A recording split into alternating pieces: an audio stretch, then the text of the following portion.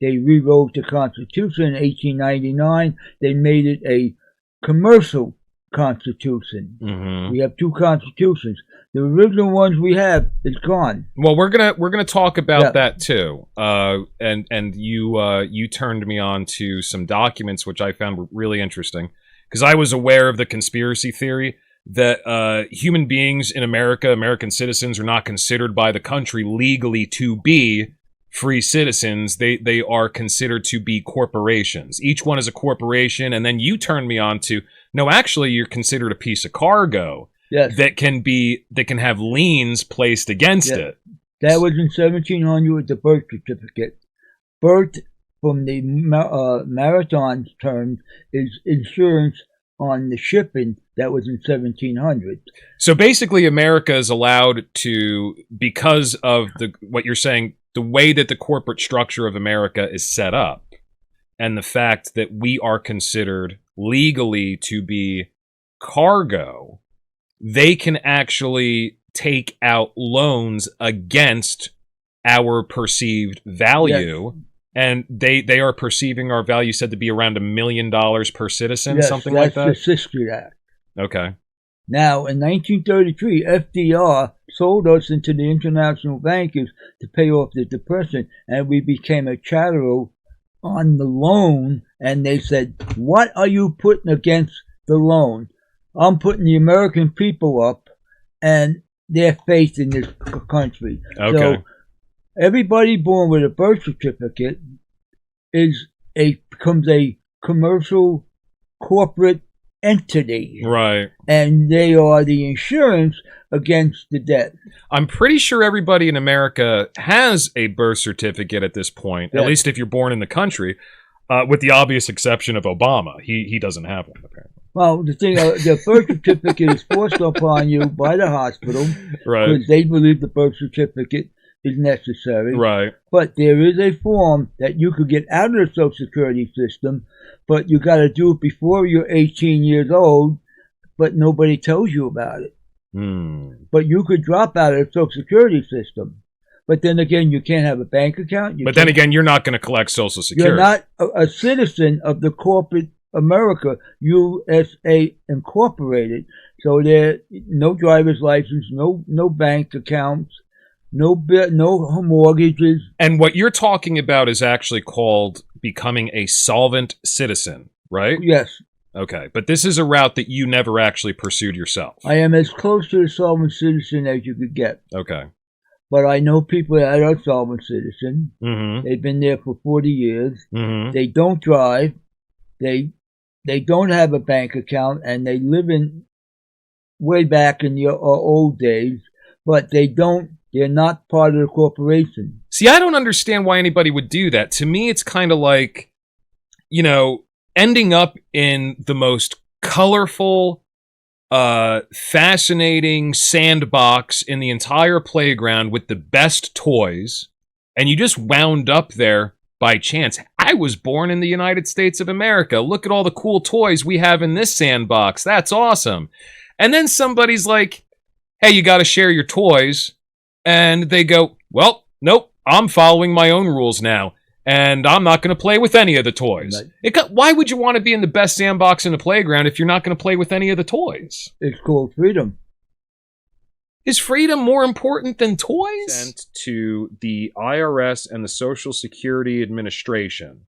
And this is basically filing a grievance that you are considered a corporation rather than an individual. Yes. Because the way that they do this is they spell your name with all capital letters in legal documents, uppercase letters in legal documents. And what that is a little legal trick that it is known that if your name is spelled with all uppercase letters in a legal document, it is referring to the fictitious entity or corporate entity known as you, Harry. We'll call you Harry, rather than the individual citizen who is a citizen of the United States. Yes. And you're saying that the birth certificate is what creates that legal... The birth certificate is the hook. Right. the application of the birth certificate to the tax forms make the hook on the perjury clause that you're going according to their rules and regulations. You're admitting that you're part of the corporation. Right. Right. But under U.S. Title 15, you're not. Right. And it's a little complicated thing, but to undo it, it takes a lot of effort. My uncorporated letter, I unincorporated myself and disavowed me from the United States of America Incorporated. I am not a citizen of the United States of Incorporated. And most people don't understand that. And even if I gave it to the tax people, they look at it, they never heard of it because they're given a manual how to do things and follow it. Right. Just like you want to sell a product. You're talking about the clerks in the office. They're not aware of any of this. They don't think they're doing anything illegal. They don't know. But until they get into the legal department, that's when the things change. Right. And then again, they want to bullshit you anyway, and they send you letters, and you come back at them, and you give them the same information. So any letter where it is referring to you, and they spell your name in all capital letters, right. They're not referring to you. They're kind of referring to like a DBA, doing business as a fictitious entity, also known as, that was established when you were born and you got your birth certificate. Right. And none of us knew this. It's just you. That's the way it is. You're now that's a corporate. The way it is. Right. A corporate entity with completely different rights than a citizen would have. Yes. Okay.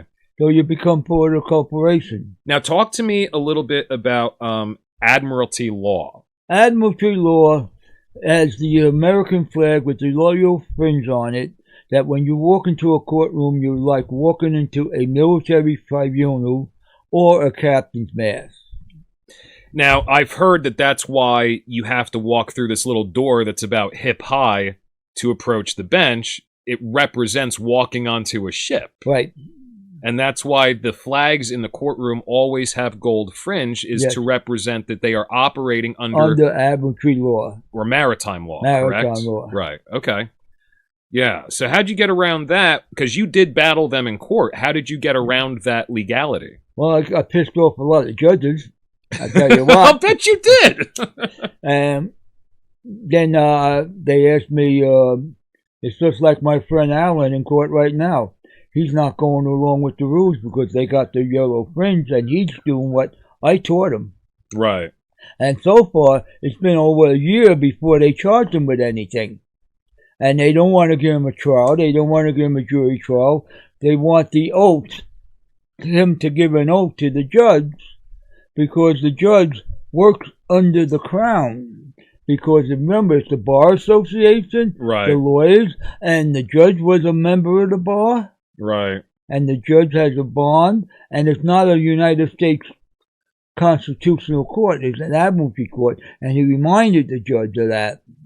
And the judge walked away from him. So your friend that you're giving legal advice to right now is pissing a lot of people off on your behalf. The local. I kind of feel like since you got out of the fight, you still really want to dig at them. So you find anybody who's in trouble and you give them advice. Anybody. So you can get at them through somebody else. I just give them the information and let them deal with it.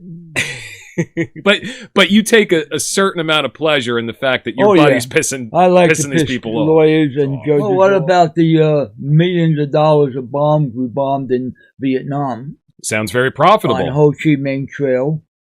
Sounds like we made a lot of money. We got rid of all our weapons, and the system rebuilt more, and therefore the manufacturers got more money and kept the debt up. Yeah, of course. Well, money is... A lot of people think that money is value. It's not. Money represents debt. Our currency, the way we establish the system, it represents debt. Every dollar that you have in your pocket is owed to somebody else. Yes. And eventually, it all comes back to the Federal Reserve because they print the money on debt. In order for any money to be printed at all, whether it's paper money or digital money like in the computer, the fractal reserve system states that you have to have in your reserve 10% capital of the loan that you are going to give somebody else. And then the rest of that money is created by bookkeeping entry. So if you want to take out a $100,000 loan from a bank, the Federal Reserve Act states that you as a bank only have to have $10,000 in reserve. You can then loan $100,000 to whoever wants it, and the other $90,000 is created through bookkeeping entry, which means every single dollar in existence, because that original $10,000 was created the same way, every single dollar in existence represents debt to somebody else. It doesn't represent value. That's why we're off the gold standard, because the gold standard is fixed, and gold is a normal thing around the world. There's only so much of it. Just so much of it, right? And it holds its value. It may go up and down a few $100, $1,000, but it don't. It's not created out of thin air. Right. And inflation is probably the best scam that we have ever come up with to make sure that people have to keep working harder and harder and harder all the time. Yeah, the longer you live just on your savings, the less value, the less buying power that money in your savings has. That's absolutely true. If you retire at 65 and you are, let's say you have a pension, $75,000 a year. Most people can live on that right now. Let's say you live for another 30 years. That $75,000 a year would be like maybe $30,000 today. You're going to wind up dying very, very poor, and eventually you're going to have to go get a job at Walmart saying, "Hello, how are you today?" to every single fucking person that comes in. Or you be on government assistance and welfare. Nah, we like that. Oh, of course you do. You got control of them. Then they have to do what we say, otherwise we cut their assistance. Oh, yeah. That's the threat. See, so you're on to the game. You're on to the game. That's why my pension and my Social Security is totally tax-free. Yeah. Now you get into the exemption papers that you file for exemption. Yeah, you gave me a whole stack of papers. Yeah. We're going to go through them one by one, I think, in the next segment. You could just claim exemption, and you got to take my information and apply it and go after your boss and tell them it's illegal for you to tax me, and they may fight you, they may not. Right. And then again, you got to fight the IRS on top of that, because they're going to deny you, or they're going to make a substitute return. But if they don't have none of my money, I can't do a 1040. It's illegal. So what you're talking about is basically, and we're going to get into this. Procedure. It's procedure. Okay. That's all it is. But what you're saying, basically the argument from yourself and everybody else who says that income tax is, or enforcing income tax is illegal because it's a voluntary system, which we're definitely going to get into. Right. What you're saying is if you just say off the bat, I'm exempt from paying this, you file the exemption form on your W-4 when you get a job, and then you file a zero return during tax time, and that's how to do it. That's perfectly legal. That's the first step. Yeah. The second step, you got to back it up with the tax statement. And we're gonna put that 264-page document up online somewhere. We're gonna make sure it's in the show notes, and we're gonna talk about this a little later too, whether or not he actually would recommend to anybody that you do this. Either case, it's sure to be an interesting read. If you have the time to read it, we're gonna make sure it's up online somewhere for everybody. Yeah. We're trying to figure out how to do that. We might just put it on Google Docs or something like that. I don't suggest it for everybody. We'll get to that. Because you know what? You open up a can of worms and all kinds of people will come after you. Right. Exactly. So a lot of preppers also, and we're talking about currency and how it has absolutely no value. Let me ask you another question. How much gold and silver do you have stored around the compound? None.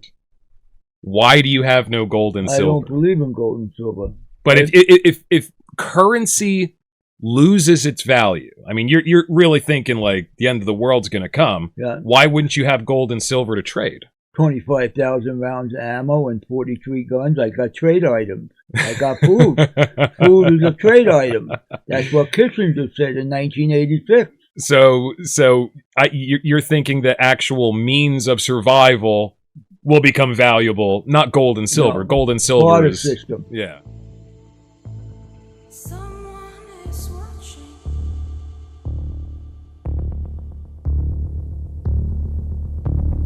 There are strange